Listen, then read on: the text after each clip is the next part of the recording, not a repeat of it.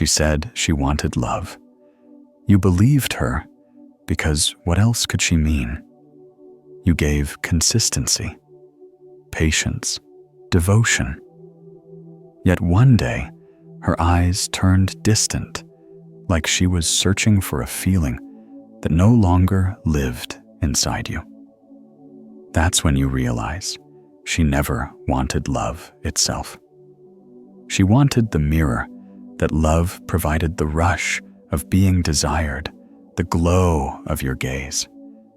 And when that reflection faded, so did her warmth. It's not betrayal. It's psychology. So ask yourself if her desire was never about you.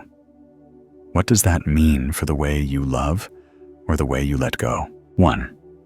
She doesn't want you. She wants the chase. There's a certain kind of silence that follows a woman's fading interest. It's not hostile, not even cold. It's the quiet of a hunt that has ended. You can feel it. The warmth that once filled her voice grows measured. The texts grow shorter. The eyes that used to light up at your presence now drift somewhere else. And you wonder what changed. You were still the same man. You were still kind, still attentive, still devoted. But that's precisely the problem. You became known, predictable, safe. In the beginning, it wasn't love that drew her in. It was motion, the chase, the thrill of uncertainty. Your attention was a spark, and her brain, wired for novelty, lit up like a city at night. Dopamine, the chemical of pursuit, turned every text, every glance into a small hit of validation. It wasn't you she was addicted to. It was the anticipation of you. The moment that anticipation turned into certainty, the thrill dissolved. Love to her nervous system began to feel like air after a storm, necessary, but no longer electric. It's not malice. It's biology. Attention feels like oxygen in a world suffocating with noise. Every message, every look, every sign of interest becomes a breath she subconsciously believes she needs to survive. But affection, steady, gentle, unchanging, doesn't feed the same circuit. Desire feeds on distance. It thrives in contrast.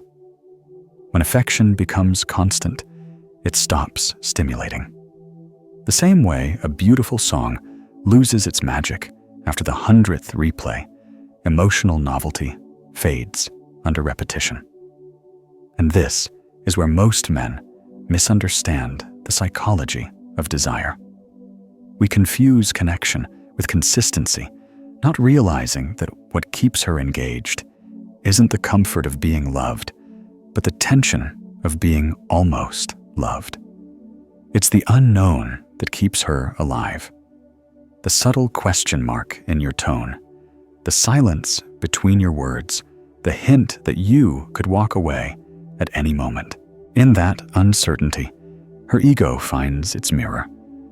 Because beneath it all, desire isn't about connection, it's about self-perception. The female ego is not inherently vain. It's relational. She experiences her worth through the way she is seen. Your gaze becomes her proof of existence. Every compliment, every act of devotion reflects her value back to her. It's not you she falls for. It's the version of herself that she becomes when seen through your admiration.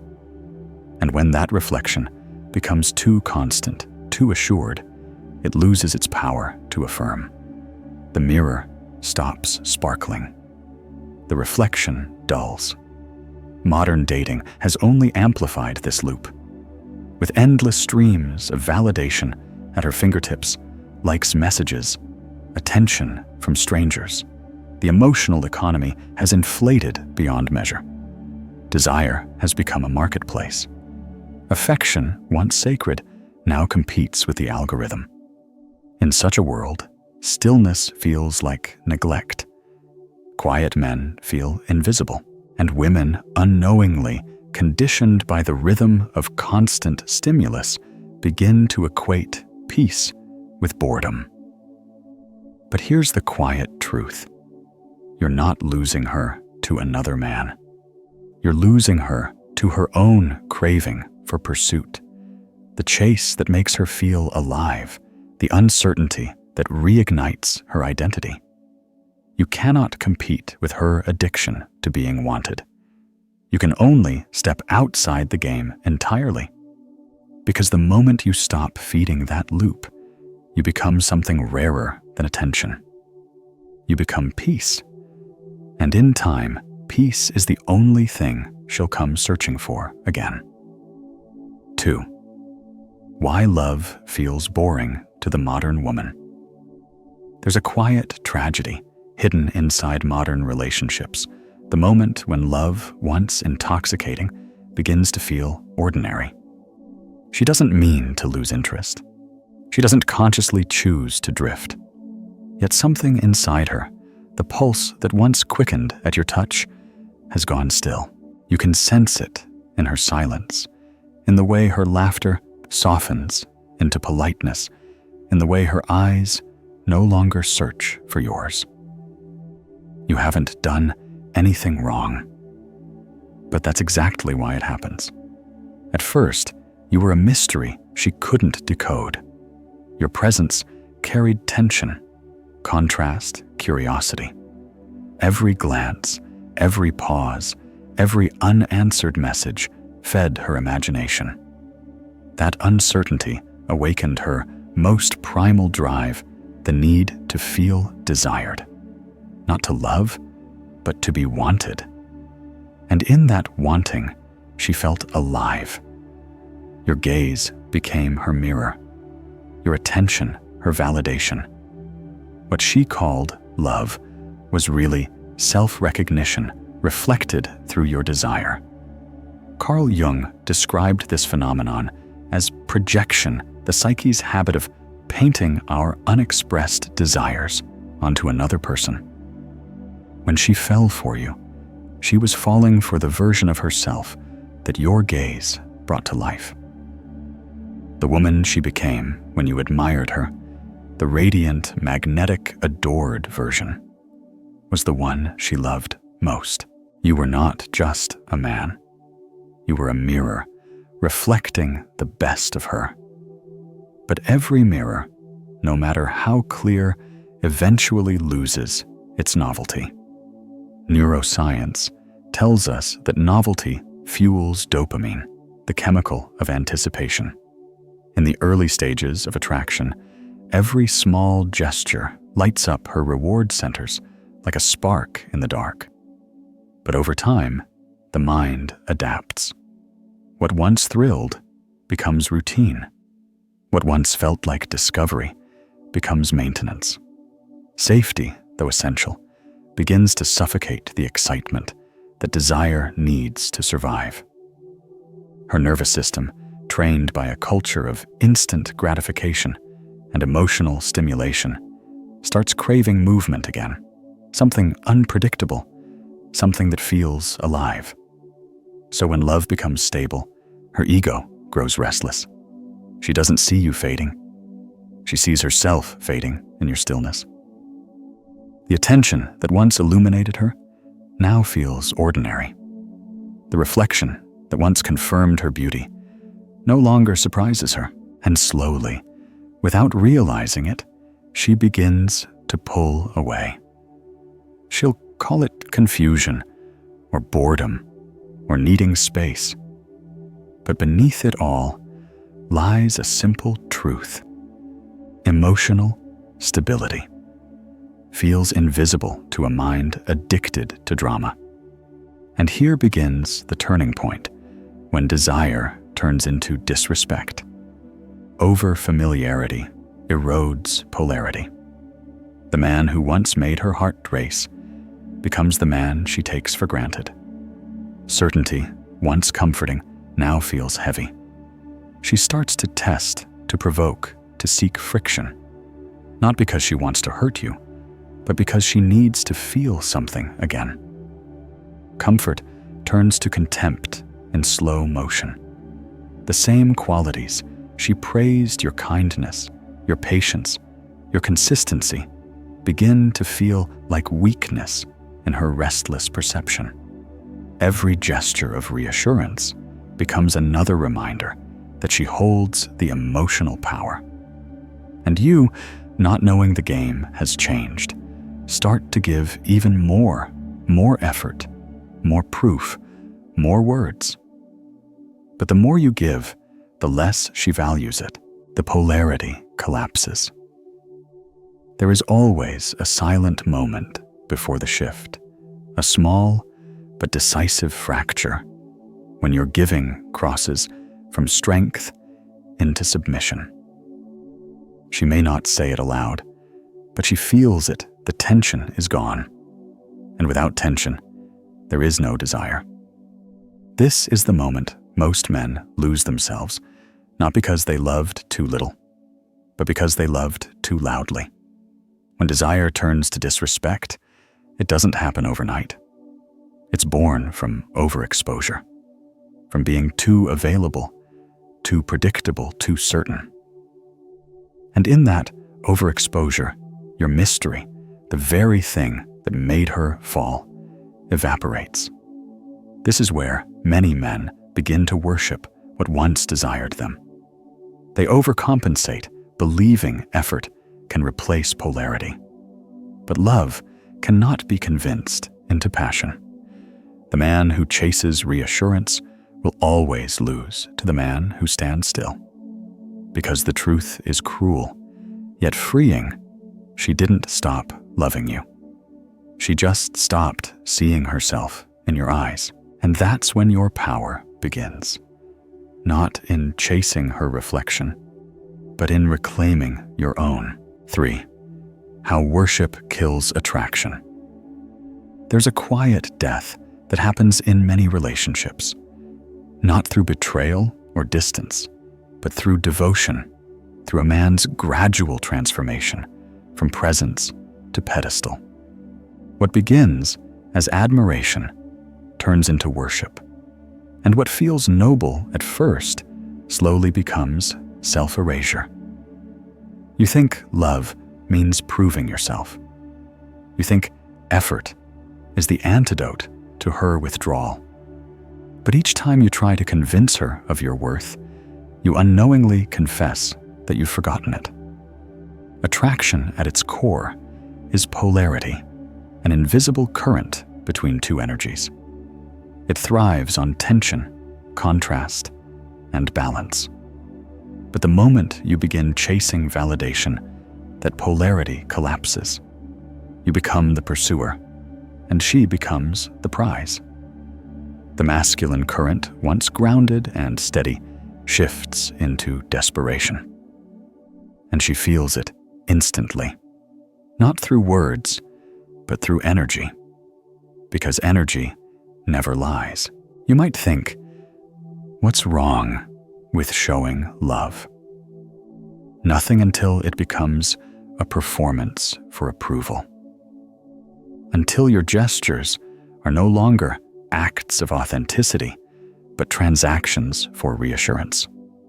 The truth is, she doesn't lose attraction because you care. She loses it because you begin to orbit her. The man who was once the sun, radiant, centered, and self-sustained, becomes the planet, spinning anxiously around her moods. Biology plays its part, too. Men and women are wired differently in the chemistry of attachment. When a man bonds emotionally or physically, oxytocin floods his system, creating feelings of connection and devotion. But dopamine, the chemical of pursuit, fades with certainty. So he becomes attached while she grows restless. The imbalance deepens. You chase what's slipping, and she withdraws further, sensing the asymmetry. You mistake her silence for an invitation to prove more, give more love, louder. But love doesn't respond to volume. It responds to vibration. When you start proving, you shift from masculine presence to emotional petition. You stand before her, silently pleading to be seen, to be chosen, to be enough. And she senses it not as love, but as pressure. Because what once made her feel desired now makes her feel responsible for your validation. The polarity reverses. She becomes the steady one. You become the seeker.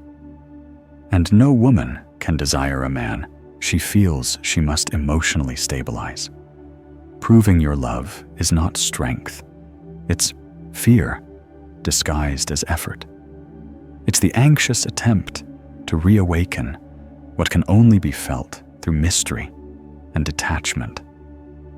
You think that if you just show more loyalty, more patience, more devotion, she'll remember the man she fell for.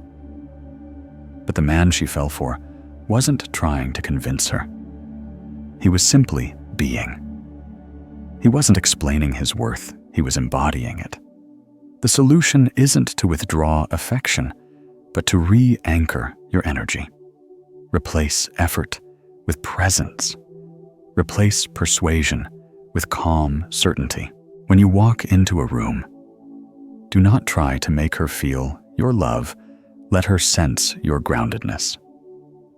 Speak less. Move slower. Let your silence carry the weight of a man who knows who he is, regardless of who stays. This doesn't mean becoming cold or indifferent. It means embodying what Stoic philosophy calls ataraxia, inner equilibrium, that cannot be disturbed by external approval or rejection. True masculine presence doesn't chase emotional confirmation. It radiates quiet conviction. Here's the paradox. The moment you stop proving, you become magnetic again. Not because you've manipulated her emotions, but because you've returned to yourself. You've stepped out of performance and back into presence. You've reclaimed the stillness that commands respect without demanding it. Women don't fall in love with effort. They fall in love with essence. And essence can't be chased, only remembered. When you no longer beg to be seen, she begins to look again, not because you need her gauze, but because you've become what every woman unconsciously craves, a man who doesn't lose himself in the name of love. 4. The secret weapon. Magnetic indifference. There's a rare kind of strength in a man who no longer rushes to explain himself, who no longer scrambles to prove, persuade, or perform. He listens. He observes. He feels deeply, but he doesn't cling. This is magnetic indifference, the art of caring with awareness, not attachment. It doesn't mean you stop feeling. It means you stop being controlled by what you feel.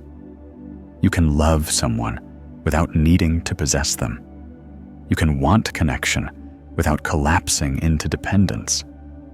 You can care yet remain complete within yourself. That's the paradox most men never master, because the world teaches you that indifference equals coldness. But in truth, indifference born from awareness is not cold. It's pure heat contained. It's desire under discipline. When a man learns to hold that energy, to care consciously, something extraordinary happens. His presence shifts from reactive to radiant. He no longer chases validation because he has become validation itself. This is where the paradox of scarcity begins to work in your favor. What is rare becomes revered. What is always available becomes invisible. The less you seek to be seen, the more magnetic you become. Mystery, in the psychology of attraction, is not about manipulation. It's about dignity. When a woman cannot fully predict you, she must feel you. She has to stay attentive, curious, alert. That curiosity is the spark of respect. But once you start oversharing, over-explaining, or over-giving, the mystery dies, and with it, her instinct to value you. The Stoics understood this well. That which is easily possessed cannot command reverence. Calm detachment then becomes a form of dominance, not in aggression, but in mastery. You dominate not by control, but by composure. You control no one, yet influence everyone. Because energy flows toward stability. When you remain grounded while others fluctuate, your calm becomes gravitational. She feels it. The world feels it. It's not about stoic silence or fake restraint. It's about the quiet power that comes from knowing you cannot be emotionally hijacked. In relationships, this form of composure resets the dynamic. When you stop reacting to her moods, she must confront her own. When you no longer rush to fix her storms, she begins to recognize their origin. Indifference in this light isn't punishment. It's a mirror. It reflects truth without distortion. Your silence says, "I see you, but I will not drown with you." And that is what restores polarity. The more she feels your grounded detachment, the more she feels safe to soften. Because real safety doesn't come from reassurance. It comes from presence. The feminine doesn't crave a man who reacts to her emotions. She craves a man who remains unmoved by them, yet never disconnected. That balance, warm heart, still mind, is the rarest combination in the modern world. To live with magnetic indifference is to embody the Stoic principle. Control, nothing; influence, everything. You stop trying to bend outcomes to your will and instead align your will with reality. You act, but without attachment to results. You love, but without fear of loss. You walk away, but without resentment. And in doing so, you become untouchable, not because you resist love, but because you no longer depend on it to define you. The world can't manipulate a man who's no longer addicted to approval. A woman can't diminish a man who no longer fears her withdrawal.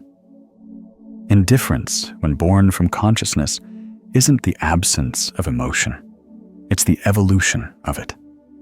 It's love refined into wisdom. The quiet kind of power that doesn't need to be seen to be felt. 5. Her hidden conflict. Desire versus depth. Every woman carries two voices within her. One whispers, "I want to be loved." The other murmurs, "But don't see too much of me." Between these two longings, desire and depth, lies her silent war. She wants intensity, but fears the exposure that comes with intimacy. She wants to be desired, but not fully understood. Because to be truly known is to be truly seen. And being seen strips away the illusions she's built to feel safe. Evolution wrote this paradox into her biology. Desire is a survival instinct. For millennia, the female body has been wired to seek attention, to attract the strongest signal of devotion, to secure her place in a world where safety was scarce. Depth, on the other hand, came later, an emotional evolution that requires vulnerability, surrender, and truth. But the mind still fears what the body once needed to fear loss of control. That's why she can crave your attention, but flinch from your understanding. The gaze that makes her feel disordered also threatens to reveal the parts of herself she hides, even from her own reflection. She wants to be admired, but only from the angles she curates. She wants to be desired, but not decoded. Because once you see through the performance, the validation loses its potency. Jung called this the shadow self, the unconscious material that people avoid confronting by projecting it outward. In her case, desire becomes a stage where she performs worthiness, a shield against the quiet terror of inadequacy. Each moment of being wanted reaffirms her illusion. I matter because I'm chosen. But true intimacy dismantles that illusion. It asks her to be known beyond the performance, to stand naked, not just in body, but in psyche. That's why love, real love, often scares her more than indifference.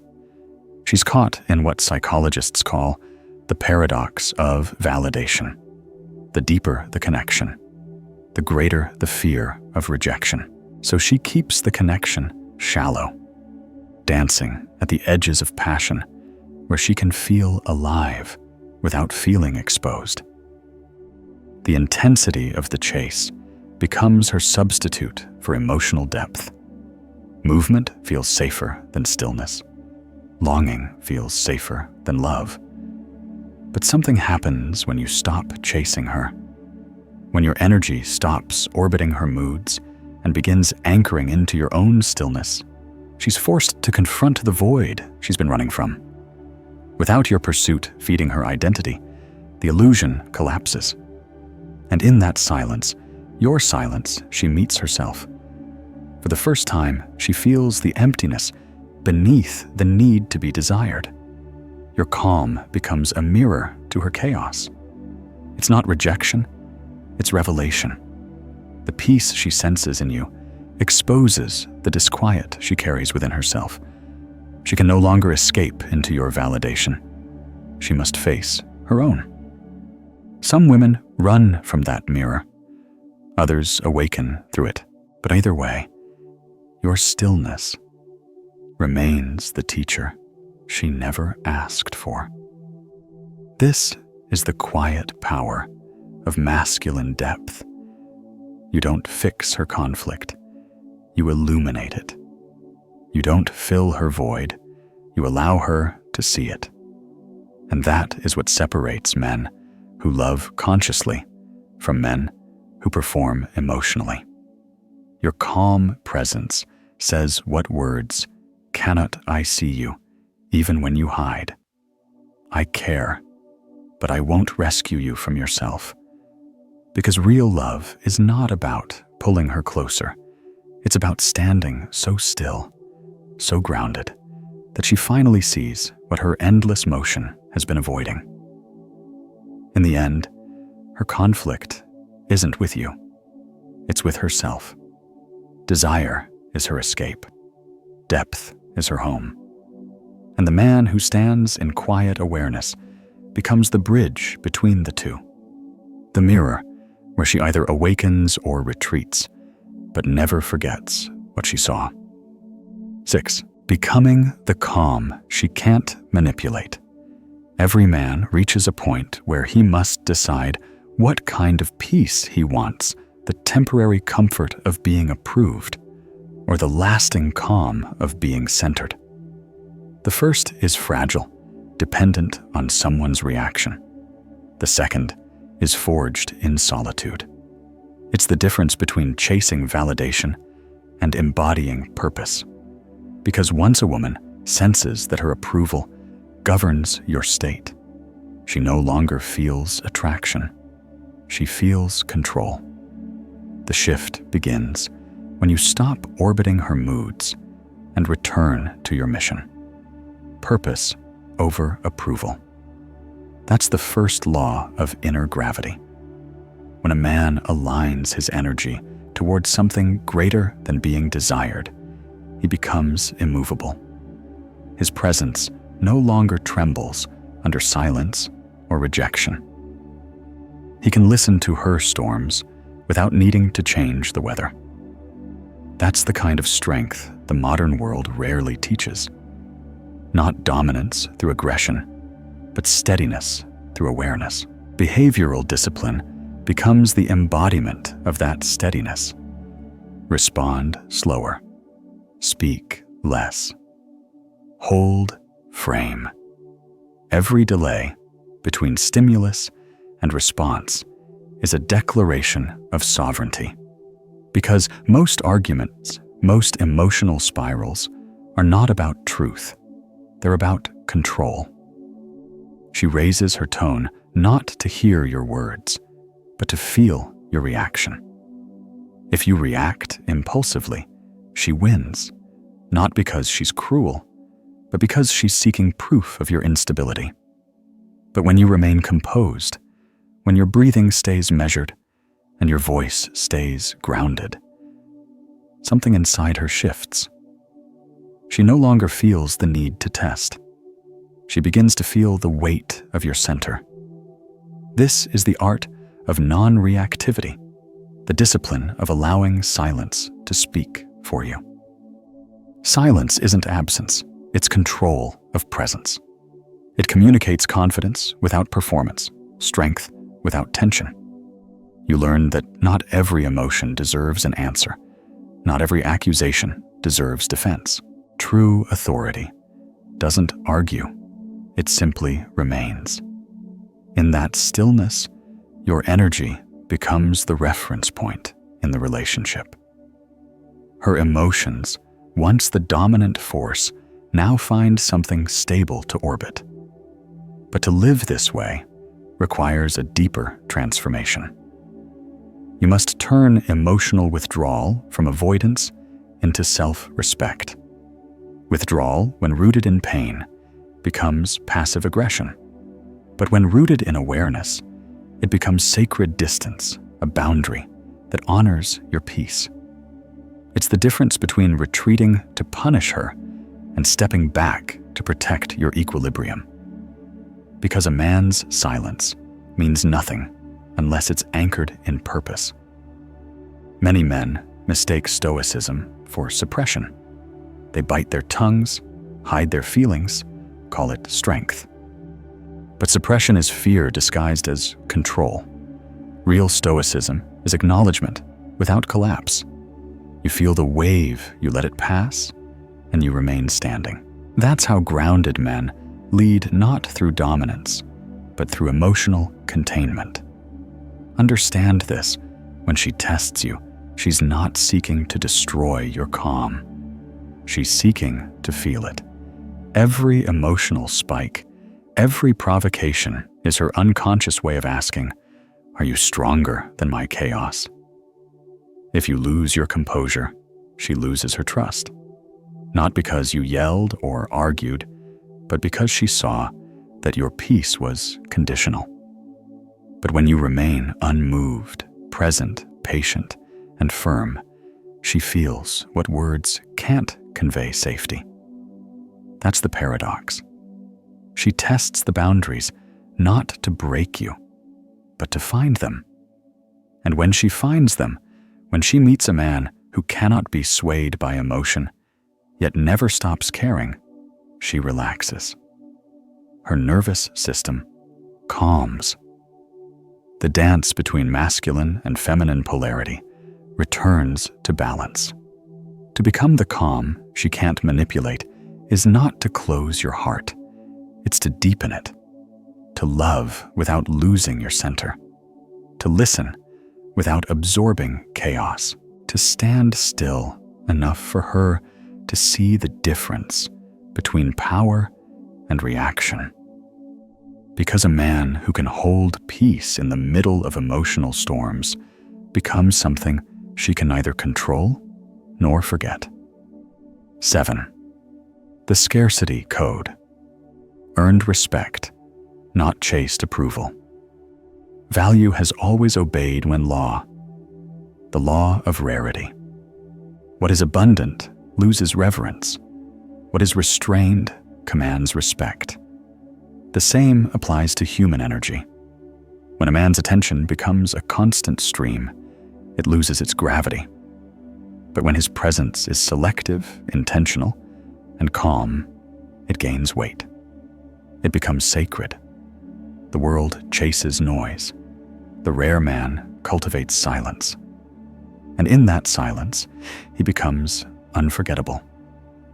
Scarcity, at its essence, is not about withholding. It's about discernment.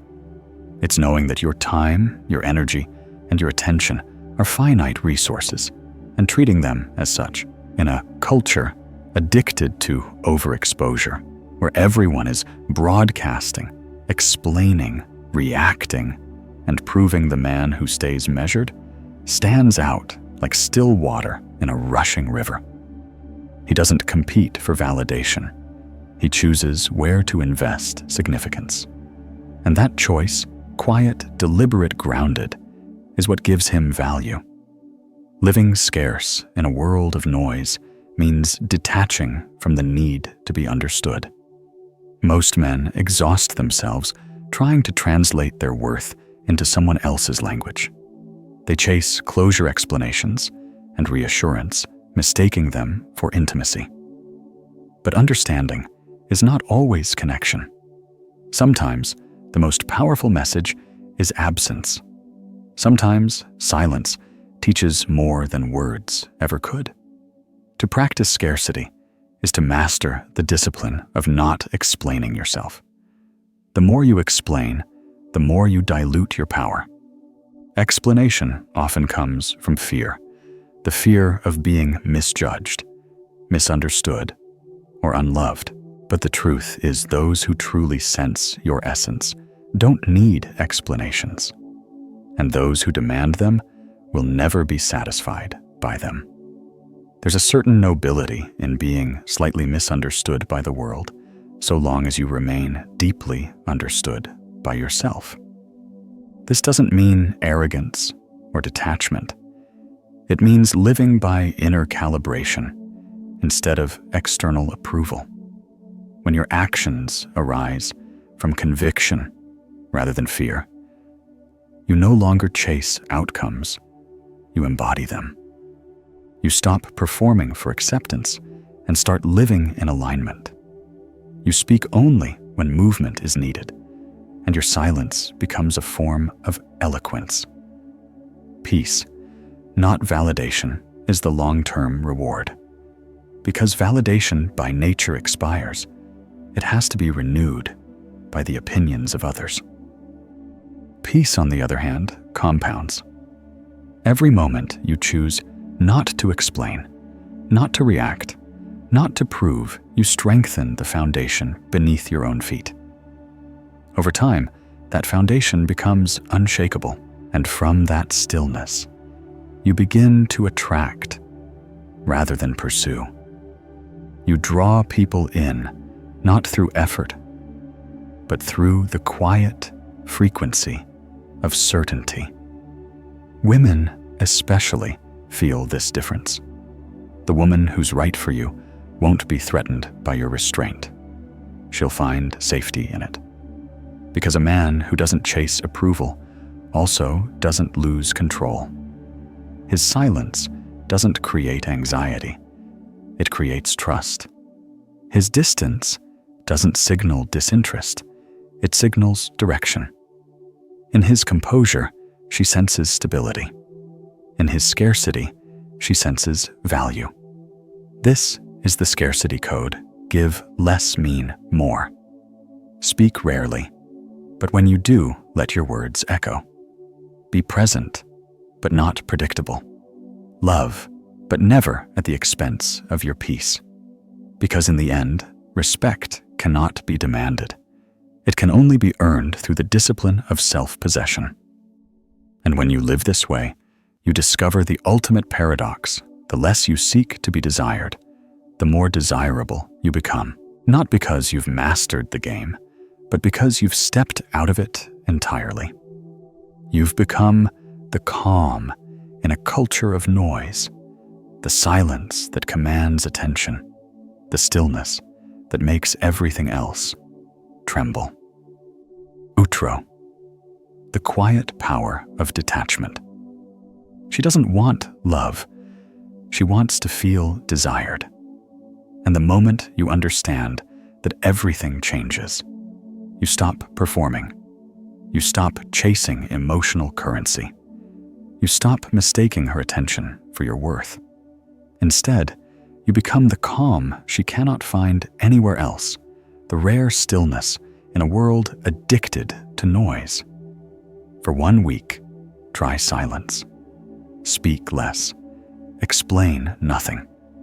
Withdraw your need to be seen and simply observe.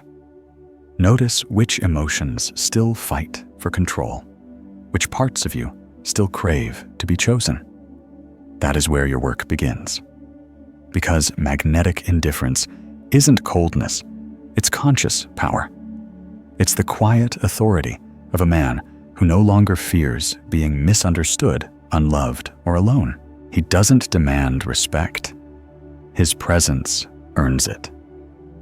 Be that man. And if you're ready to master the psychology of detachment, subscribe to Stoic Magnet, where calm becomes your greatest form of strength.